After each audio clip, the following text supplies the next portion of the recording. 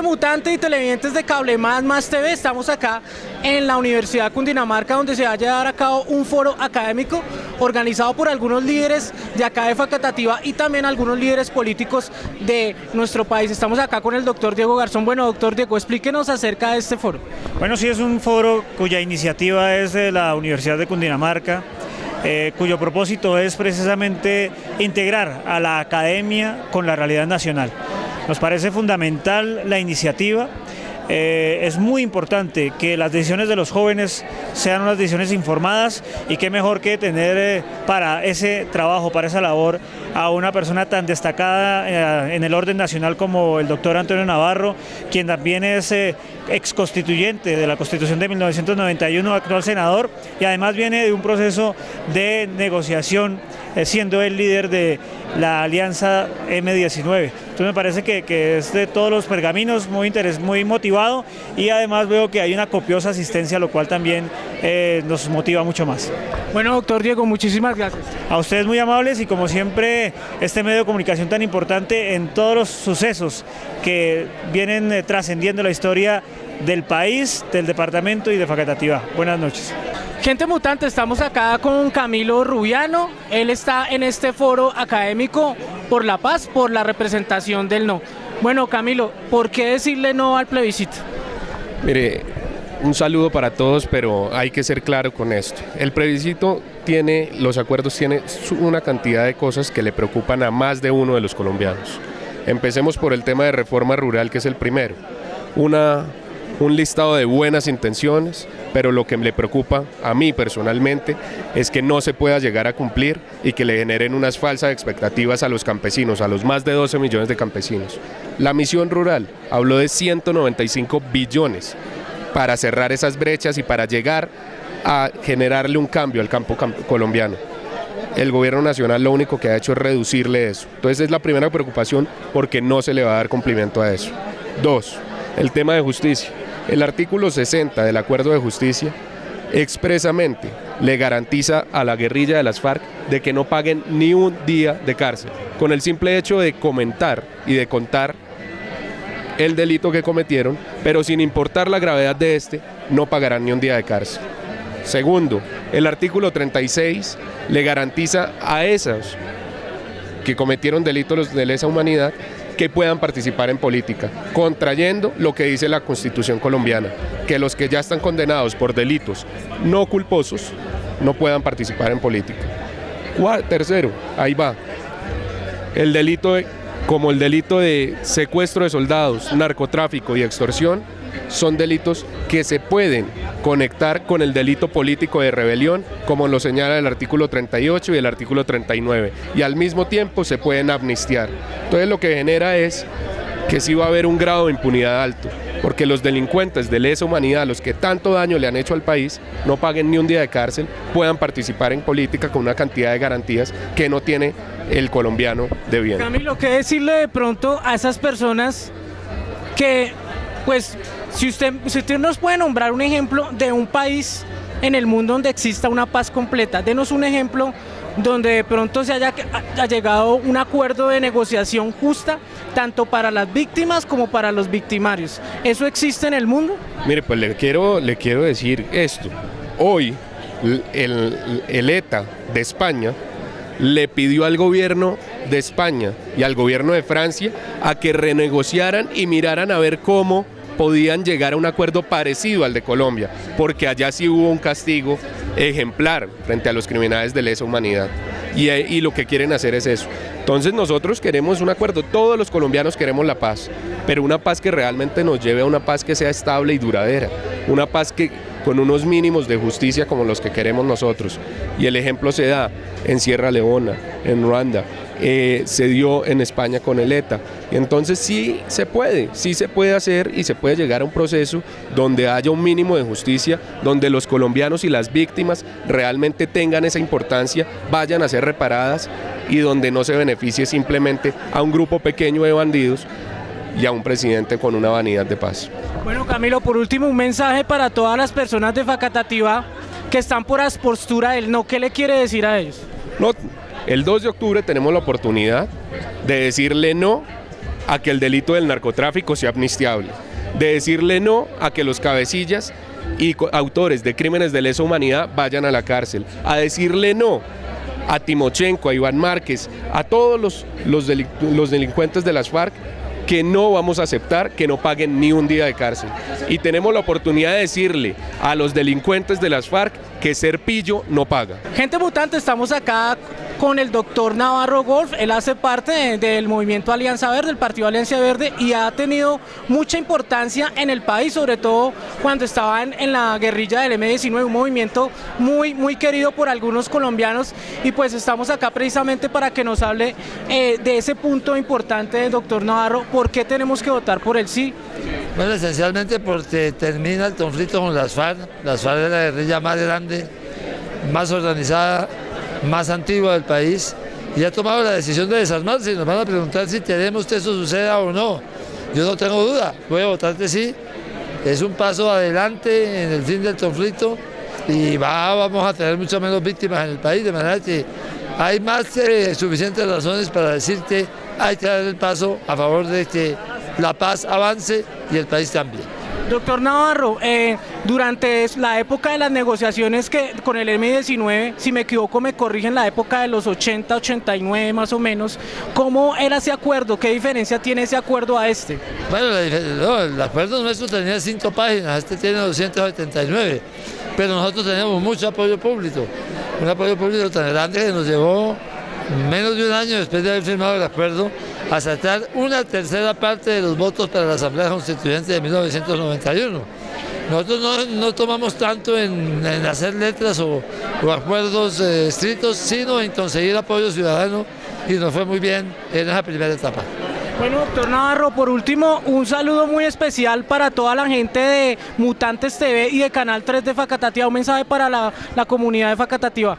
Bueno, a la gente de Faca, pues es la primera vez en la historia que una decisión importante está en manos de los ciudadanos. No dejemos de asistir a las urnas y ojalá el voto de ustedes sea un voto positivo para dar un paso adelante y dejar atrás el conflicto con las FARC y desarmar a los guerrilleros de las FARC de manera definitiva. Pero voy a hacerlo analizando desde mi punto de vista los principales argumentos del no. Primer argumento, que hay insuficiente justicia. ¿Verdad? Claro que sí. Al final de todo proceso de negociación de paz hay insuficiente justicia. Y ha sido así a lo largo de la historia siempre. Porque el proceso de paz no es un proceso de justicia como tal, sino un proceso de solución del conflicto que necesita resolver el problema de la justicia. Entonces, en la historia colombiana, como lo recordaba ayer el joven Diego, en los procesos de paz que ha habido, no hablemos de los últimos, el primero de ellos y más importante del siglo XX, el de los entre liberales y conservadores, hubo amnistía general y sin condiciones, sin ningún tipo de proceso judicial. Y habían hecho corte de franela, un machetazo hacia la altura de la franela, corte de corbata, le ponían la lengua de corbata, al otro lo mataban simplemente por ser del otro partido político. Era conservador, lo mataban los liberales, y era liberal, lo mataban los conservadores. Se volvieron homogéneas regiones enteras, solo conservadoras o solo liberales en muchas partes del territorio, sobre todo rural del país. Y ahí amnistía general y sin condiciones. En los años 90 tampoco hubo ningún castigo. A mí me habían metido preso. Me hicieron un consejo verbal de guerra, me metieron preso, pero ustedes se imaginen cómo era el país de esa época. Me juzgaron por rebelión con jurisdicción y mando en un consejo verbal de guerra, y me condenaron a 9 años y medio de prisión, pena máxima, por rebelión con jurisdicción y mando, a la picota. A los 2 años levantaron el estado de sitio, y el Código Penal vigente en 1982 decía que la rebelión con jurisdicción y mando tenía una pena máxima de 6 meses. Yo llevaba 2 años, me deben 1 año y medio. Era un derecho, prácticamente era un derecho de hacerse senadores en aquel tiempo. Bueno, entonces a mí no me dieron indulto, no necesitaba indulto, tenía pena cumplida. A mí lo que me hicieron fue darme un archivo del procedimiento, pero a Carlos Pizarro, por ejemplo, le dieron indulto y a toda la gente de esa época indulto, no hubo ningún proceso judicial. Hoy va a haber un proceso judicial. Un proceso judicial que va a tener penas alivianadas, insuficientes, digamos, en términos de lo que dice el Código Penal normal. ¿Cómo es? Es un proceso de justicia transicional que tiene que hacerse porque por primera vez está vigente en un proceso de paz en Colombia el Estatuto de Roma que firmó este país y que establece la Corte Penal Internacional. ¿Cómo es? El que diga la verdad lo sancionan a restricción efectiva de la libertad de 5 a 8 años en condiciones especiales. Y el que no diga la verdad lo meten 20 años preso en condiciones ordinarias. Entonces, aunque es insuficiente justicia, es más justicia de la que ha habido nunca antes en los procesos de paz colombianos y está en el marco de la justicia transicional. Segundo argumento, o segundo tema sobre el que se está insistiendo, que los jefes de las FARC, que van a ser sometidos a este proceso de justicia transicional por el Tribunal Especial, no pueden ser candidatos. Oiga, ese sí es un tema imposible de resolver en una negociación. El corazón de un acuerdo negociado es el que se asó en armas por razones políticas, se desarme verificablemente y pueda hacer política y ser candidato. Ese es el corazón de un acuerdo de paz. La letra grande de un acuerdo de paz es eso. En los años 50, después del indulto, los jefes liberales hicieron política.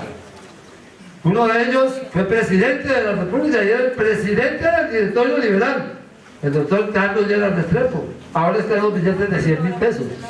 Dicen que aquí los estudiantes de la universidad andan con muchos Carlos Lleras en el bolsillo. Yo no los he visto en el periódico hasta ahora.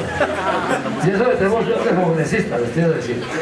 Bueno, otros hicieron política con el Partido Conservador. Uno de ellos, Álvaro Gómez Hurtado, fue todo presidente de la Asamblea Constituyente conmigo en 1991 y nos reconciliamos.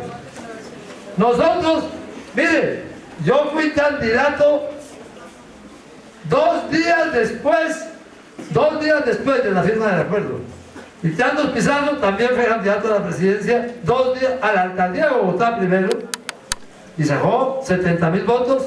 2 días después, firmamos el 9 de marzo y las elecciones fueron el 11 de marzo. Digamos que participó en la elección. Hicimos campaña cuando todavía no habíamos firmado el acuerdo. De verdad que ese es un elemento esencial. Si nos hubieran dicho, Carlos Pizarro no puede ser candidato a nada porque es el jefe del M-19 y entonces tiene que hacer un proceso judicial especial o lo que sea, nosotros no hubiéramos aceptado firmar el acuerdo de paz.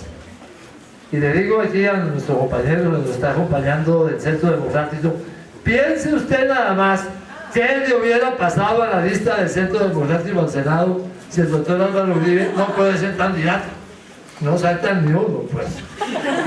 Esa es la realidad. Los líderes naturales pues necesitan estar encabezando las candidaturas. Por eso decir, vamos a tener el acuerdo de paz, pero la condición es que los líderes de las FARC, procesados por el Tribunal Especial, no pueden ser candidatos. Es imposible lograr un acuerdo en ese sentido. Luego dicen, a partir de ahí, empiezan a aparecer fábulas. Esto se va a volver como Venezuela. O sea, Timochenko sale del monte, se desarma, lo asusta un camión Tafí y en el 2018 es presidente de la República. No me crean tan. Voy a dar una encuesta aquí. Una encuesta. Ojo, pues, ¿no? Si quieren, cierren los ojos, para que nadie sepa cómo opina el vecino. ¿Quién de ustedes votaría por Timochenko si es candidato a la presidencia de la República en el 2018? Le pido que levante la mano. 1. Un valiente. 2. 3. 4. Y aquí hay por lo menos ¿cuántas personas? ¿600 personas? ¿500? Bueno, ¿cómo va a ganar las elecciones Timochenko con tan poquitos votos? Esa es la realidad. Esa es la realidad. Entonces, que no, que se nos va a volver todo eso. Y otros dicen más todavía. No, pero ellos como tienen tanta plata van a comprar motos. Oiga, pero no, pero forzar la mano de manera ya totalmente exagerada. Claro que ellos aspiran a lograr el mejor resultado electoral posible, pero las FARC va a tener una cuesta arriba muy dura, porque a diferencia del M-19, que desde el primer día que empezó la negociación hizo un cese del fuego unilateral y se dedicó, y nos dedicamos durante año y medio a conquistar el apoyo ciudadano, las FARC apenas ayer, y eso que después de que todo el mundo le decía que no lo habían hecho, pidió perdón por primera vez. Ellos son arrogantongos, que los conozco más o menos bien, y les va a quedar cuesta arriba conseguir el apoyo ciudadano en la cantidad que necesitan. De verdad que el hecho de que vayan a participar en política no significa que vayan a gobernar el país, aunque esa sea su aspiración, y para eso se desarmen. Claro, debemos de aceptar que se van a desarmar porque entendieron la inutilidad del alzamiento armado, porque ya se dieron cuenta que si siguen armados o se mueren de viejos, como se murió el señor Marulanda o Jacobo Arenas, o los mata una operación militar, como le pasó a el Mono Jojoy o a Alfonso Ramos. O sea, el alzamiento armado nunca va a llegar a conseguir resultados. Y por eso deciden aceptar una negociación, desarmarse y buscar el apoyo de los ciudadanos por vías democráticas. Para poner una caricatura del plebiscito, yo diría, las FARC se quieren desarmar. Nos van a preguntar nosotros si nosotros aceptamos que ellos se desarmen. ¿Quién va a responder que no? Oigan. Y hay algunos que dicen que no. Entonces, yo creo que la verdad,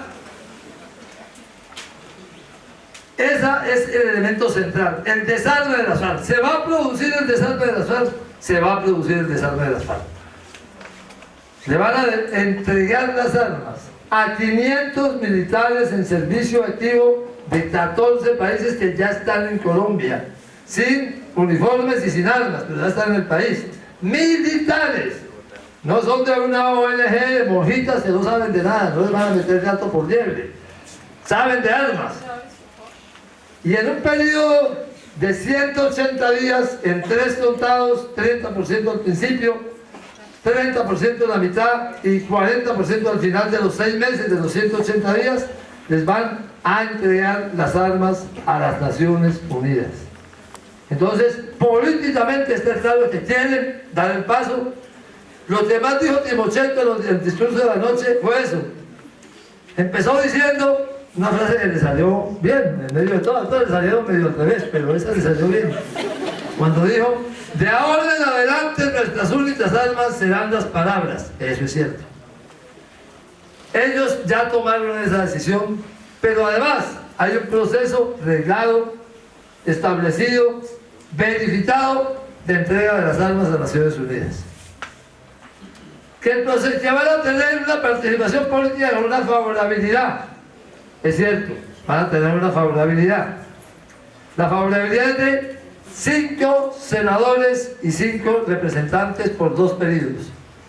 Van a elecciones, pero no importa si saltan muchos o poquitos votos, tienen garantía de 5 senadores y 5 representantes.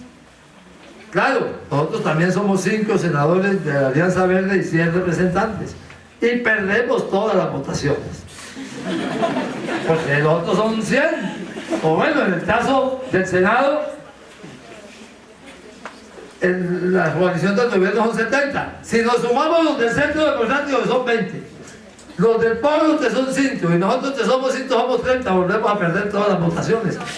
¿Qué diferencia hace el 5 del Senado entre las FARC? Realmente no hace ninguna diferencia. Si hay otros 16, entonces no son 10 sino 26. Les doy este dato. Esos son para las zonas marginales y no pueden ser candidatos miembros de ningún partido político, tienen que ser escogidos por la población. Y vea un dato. Hace un mes en la cabecera municipal de La Macarena Meta. En La Macarena es donde están ahora, o estuvieron en la 10ª conferencia de las FARC. Es una zona de influencia de las FARC. Estuvo en la zona de despeje durante el gobierno de Pastrana también. Hubo elección de Junta de Acción Comunal. Las FARC presentaron una lista y los campesinos dijeron hagamos otra lista. Y hubo 2 listas para la votación de Junta de Acción Comunal en La Macarena. Resultado de la votación: la lista de las FARC sacó 50 votos, la lista de los otros campesinos sacó 380 votos. O sea que ni siquiera es probable que en muchas regiones los amigos de las FARC ganen esas 16 curules. Y sin embargo están diciendo que son 16 curules más para las FARC. Eso sencillamente no va a ser así. Y yo le garantizo, yo, que fui gobernador de Nariño, usted sabe que en Pasto la gente, ¿no? Allá son tan inteligentes que dicen, ese navarro habla claritito, pero no se le entiende nada. Hay regiones allá en Nariño donde se van a presentar y la gente no va a votar por ellos. Porque aceptan, digamos, que cumplan unas funciones de regulación de la economía ilegal, pero no los aman, no los quieren, y a la hora del té no se sienten cómodos votando por ellos. O sea, hay una favorabilidad que les permite una transición, y a mí me dicen, ¿usted está de acuerdo con eso? Pues hombre, mejor que no les dieran sitio, pero pues, es un tosto, está bien. Les van a dar una plata de funcionamiento, más que la que consigue la Alianza Verde. Pues tampoco es que sea yo muy contento con eso, pero yo me puedo poner en la balanza los costos y los beneficios y digo, uy, son mucho más los beneficios, no me cabe duda. El principal de los beneficios: se desarman más de 7.000 guerrilleros de las FARC de manera verificable. Cesa las FARC como movimiento guerrillero y se vuelve partido político, y sale a ver a cuantos de aquí de la Universidad de Cundinamarca se de falta de convence. A lo mejor hoy estarían dispuestos a votar como 4 por ellos. Cuando venga el Timochenko, a lo mejor votan unos 20 más. Pero eso se trata de la democracia. Eso está bien, eso es un costo razonable a favor de que se desarme el conflicto colombiano con la organización más grande de todas. Yo me sé de memoria unos datos sobre víctimas. Hay un observatorio del conflicto que es el CERAC. Lo pueden buscar en internet, entonces, CERAC. El CERAC es el Observatorio del Conflicto de la Universidad Javeriana y deben haciendo seguimiento al conflicto desde hace años.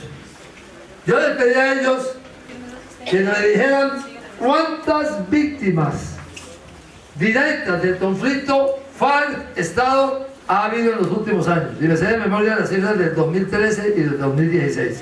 En el 2013, muertos guerrilleros, conflicto FARC-Estado, 211. Muertos militares o miembros de la fuerza pública, 177. Civiles, 63. 2013. 2016. Muertos guerrilleros, 1. Miembros de la fuerza pública, 3. Que mataron como en febrero. Civiles, 0. Esa es una ventaja extraordinaria del fin del conflicto. Un país que está lleno de víctimas. Estamos llegando a más de 7,5 millones de víctimas, de desplazados, de desaparecidos, de amputados. Por cierto, como gobernador me tocaba ir a visitar amputados en el hospital departamental de Pasto. Llegaban 1, 2, 3 por mes. Y puros muchachos de 18, de 19 años. Entonces, como ustedes saben, que yo también soy amputado, ¿no? ¿Sí sabían? No sino amputado. Les mostraba la prótesis y les decía, muchachos, les voy a decir por experiencia personal algo. Sin pierna también se puede conseguir novia. No se me aflijan. Que además tiene sus ventajas. Cuando usted se va a acostar, le sobra una pierna. En cambio yo pongo la mía al lado y quedo livianito. Así que esa disminución del número de víctimas de este conflicto es una ventaja muy grande que también le lleva a mí a votar. A mí las FARC, se los voy a confesar, no me traen bien. Cuando yo tenía la edad de ustedes y estaba estudiando en la Universidad del Valle de Ingeniería, y los ingenieros somos gente seria, ¿no? Pide 2 sobre 4, ¿saben qué es eso? Se lo enseñaron a todos en el bachillerato, ya olvidaron, ¿no? Área del círculo, pi por diámetro cuadrado sobre 4 es área del círculo, así somos los ingenieros, tipos precisos. Y entonces decíamos eso de la protesta estudiantil y de la vaina para la guachavita de los de sociales, tal vez los de contabilidad, yo no sé.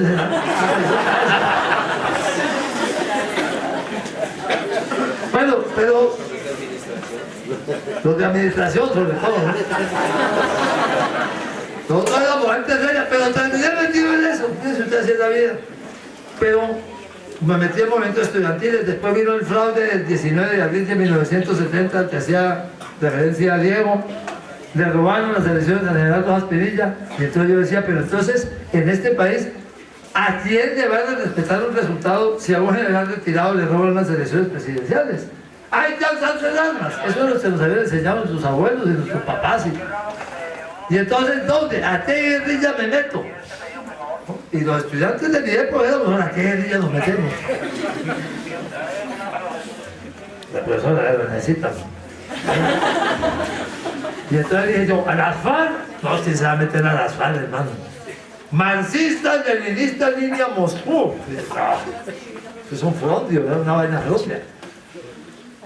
El EPL, marxista, leninista, línea Pekín. Yo decía, y no entiendo el ruso, pero no puedo entender chino. Hasta que por fin apareció un movimiento de la M19, que fue donde me sentí representado y me metí ahí. De verdad que yo les digo, amigos de la FARC, pues no he sido nunca. No es por amistad con las FARC que estoy defendiendo el sí, es por convicción de que en este país tenemos que dejar atrás la historia de uso de las armas en la política. Tenemos que dejar atrás un conflicto que es un dinosaurio del siglo XIX y XX. Tenemos que dejar atrás un conflicto que se ha deteriorado y se ha envilecido cada vez más, y sobre todo un conflicto que no tiene punto de llegada. Por eso, sin duda alguna, voy a votar sí este domingo. Porque además el acto que se hizo ayer, muy bonito, muy ceremonioso, con muchos visitantes, no sirve para nada si no gana el sí el 2 de octubre. Porque el voto del 2 de octubre es vinculante. Los acuerdos se aplican si gana el sí, y no se aplican si no gana el sí. O sea, si gana el no. De verdad que no. Por eso, yo creo que, para decirlo de alguna manera, al que no quiera votar sí, yo le pido el favor que vote yes o vote oui. Para que esto termine, para que resolvamos muchos problemas, porque problemas por resolver, muchos. Termino con este simple argumento para ahora sí, cada vez que uno dice terminas, no termina, pero bueno. Una última. Llevamos 5 elecciones consecutivas votando por qué hacer frente al conflicto armado. Cuando ustedes estaban chiquitos, Andrés Pastrana fue candidato a la presidencia de la República en 1998, perdió la primera vuelta presidencial con Horacio Serpa, y para la segunda vuelta presidencial se puso el reloj de tiro fijo de Marulanda, el comandante de las FARC. Y dijo, voy a hacer la paz con las FARC. Lo elegimos presidente, va uno. Eso fracasó en el Caguán, en el año 98 a 2000. Entonces vino otro señor que dijo, no, vamos a darles terreno a los de las FARC, ejercer la autoridad. Ganó Álvaro Uribe. Después dijo Uribe, no, 4 años no me alcanzaron, necesito 4 más. Bueno, le dieron otros 4 más, van 3. Después dijo, necesito 4 más. La Corte Constitucional le dijo, no, señor presidente, ya lleva 8, ya es suficiente. Entonces dijo, dejo a mi ministro de Defensa, Juan Manuel Santos. ¿Y cuántos? 4, para que siguiera haciendo lo mismo. Y Juan Manuel Santos se volteó, gracias a Dios. Y decidió entonces hacer una negociación. Y pues yo voy a ser sincero, yo voté en la segunda vuelta por Juan Manuel Santos mirando para otro lado. ¿Ustedes han visto a Juan Manuel Santos que se despeine? Tiene más carisma un afiche este señor. Pero, digamos, se comprometió con la negociación y se bajó y cumplió. Tenemos que decir que a todo señor, todo honor. Pero han sido presidentes, 5 elecciones presidenciales sobre el tema decisivo de qué hacer frente al conflicto armado. Termina el conflicto armado, sobre todo con las FARC, usted a través del ELN, que es un conflicto menor, de menor intensidad. Termina el conflicto armado y vamos a tener que elegir presidentes por los temas que son de todos nosotros. ¿Qué pasa con la desigualdad de este país? ¿Qué pasa con la salud de Colombia? ¿Qué pasa con el calentamiento global y la adaptación al cambio climático? ¿Qué pasa con la corrupción que se ha vuelto un cáncer de la sociedad colombiana y de la vida pública? Todos esos temas están aplazados porque hemos elegido presidentes para que nos digan qué hacer o diciéndoles qué hacer frente al conflicto armado. Patriotas TV.